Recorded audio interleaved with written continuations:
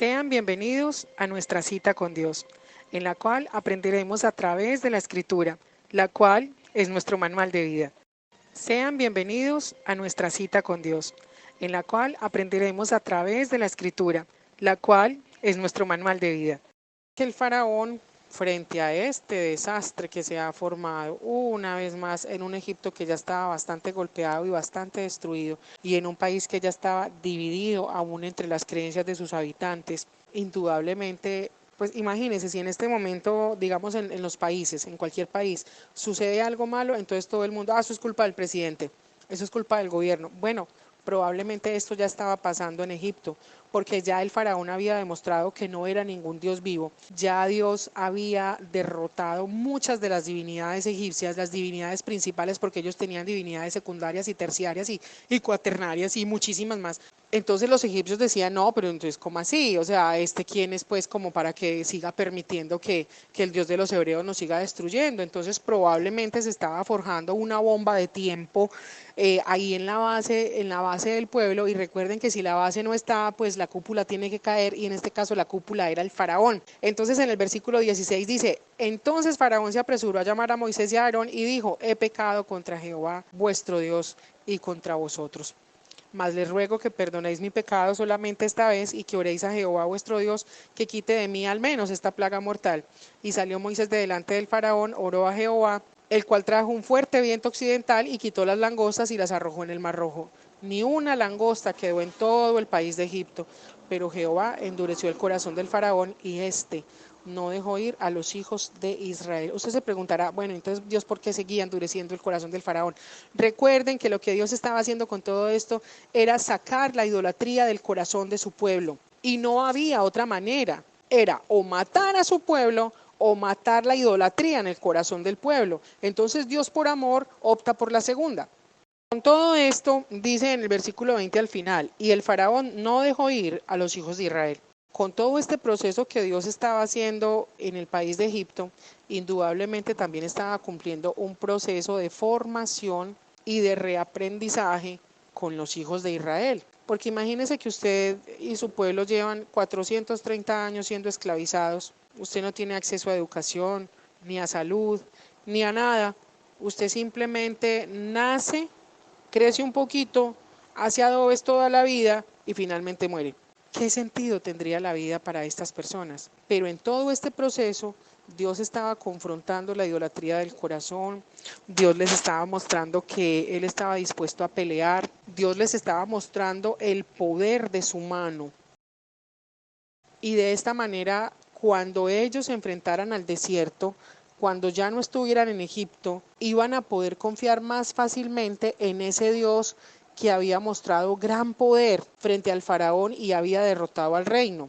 Para nosotros esto es una enseñanza muy importante también, porque a veces nosotros queremos una respuesta, pero la queremos inmediatamente. Y olvidamos que Dios tiene un tiempo perfecto para todas las cosas. Se los pongo con un ejemplo, la gestación humana.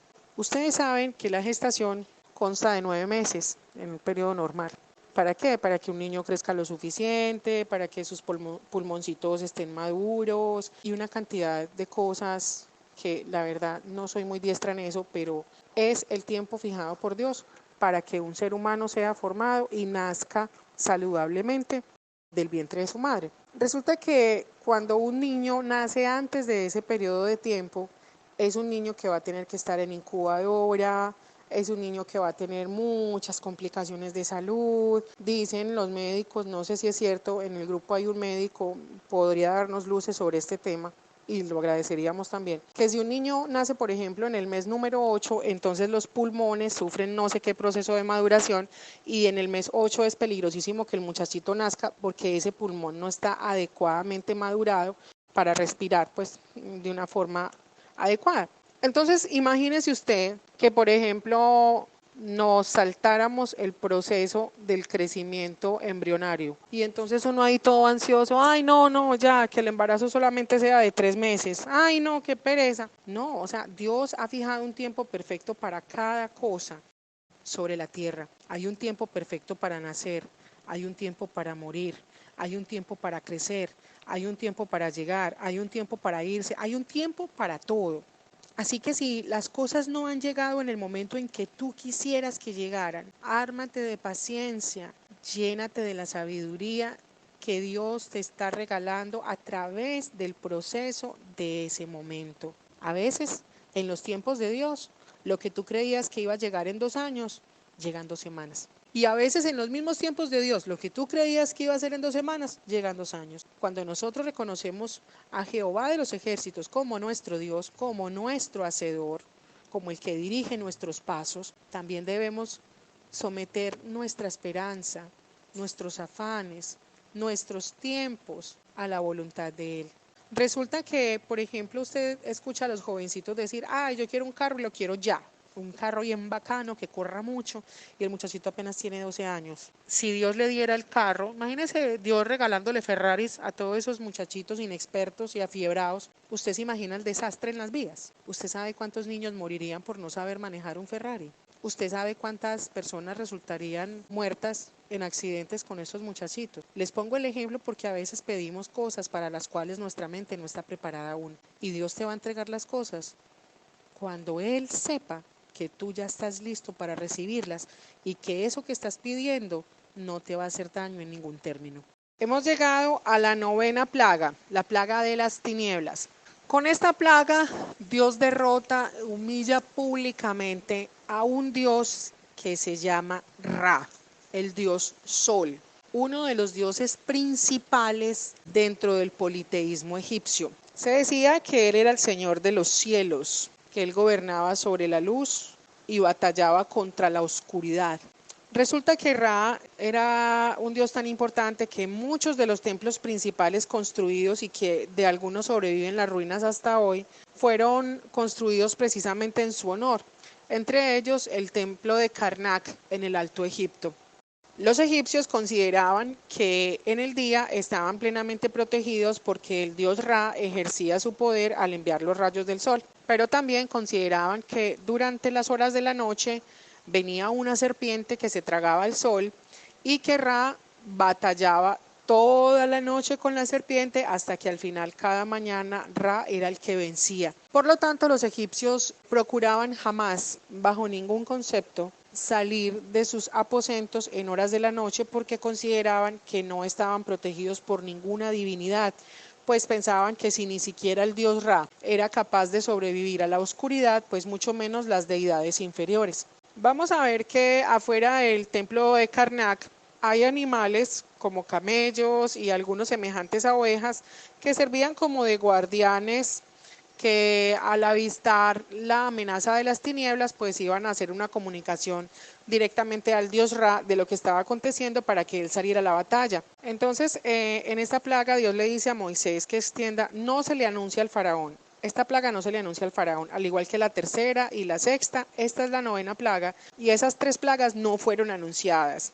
Dice, Jehová dijo a Moisés, extiende tu mano hacia el cielo para que haya tinieblas sobre la tierra de Egipto, tanto que cualquiera las palpe. Entonces acá estábamos hablando de unas tinieblas que iban más allá de la ausencia de luz. Es decir, eran unas tinieblas que iban a traer temor, que iban a ser tan espesas que podrían ser tocadas de alguna forma. Es como si metieras las manos entre las tinieblas y ya no pudieras ver tus manos.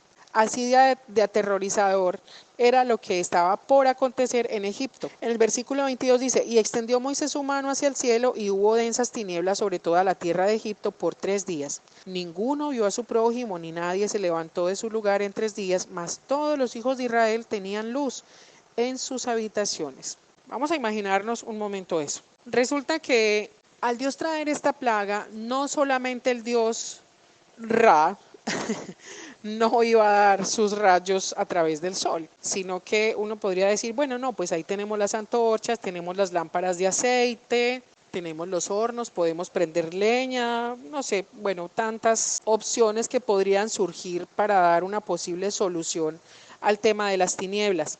Pero cuando en la Biblia dice que nadie se levantó de su lugar durante 3 días, entonces se podría concluir que las antorchas sencillamente no encendían, que la madera no se podía prender, que no existía ninguna fuente artificial de luz para subsanar de alguna forma esta herida tan brutal que Dios estaba ocasionando contra el dios Ra, o contra lo que ellos pensaban que era el dios Ra. Frente a esto tan tremendo, el faraón decide llamar a Moisés, diciéndole: id, servid a Jehová, solamente queden vuestras ovejas y vuestras vacas, vayan también vuestros niños con vosotros. Esto era un permiso a medias, pero es que resulta que el pueblo de Israel no le estaba pidiendo autorización al faraón. El faraón primero dice que se queden los niños y las mujeres para no llevarlos pues a un peligro, y de alguna forma le llama la atención a Moisés sobre esto. Ahora le está diciendo: listo, vayan todos, pero dejen lo que representa para ustedes la riqueza. Entonces dejen las ovejas y dejen las vacas. Pero es que resulta que las ovejas y las vacas representaban también los animales que tenían que ser ofrecidos en holocaustos al Dios de los israelitas. Y aparte de eso, el faraón está diciendo: deje también los niños con nosotros. Moisés le responde: tú también nos darás sacrificios y holocaustos que sacrifiquemos para Jehová nuestro Dios. Nuestros ganados irán también con nosotros, no quedará ni una pezuña, porque de ellos hemos de tomar para servir a Jehová nuestro Dios, y no sabemos con qué hemos de servir a Jehová hasta que lleguemos allá. Pero Jehová endureció el corazón del faraón y no quiso dejarlos ir.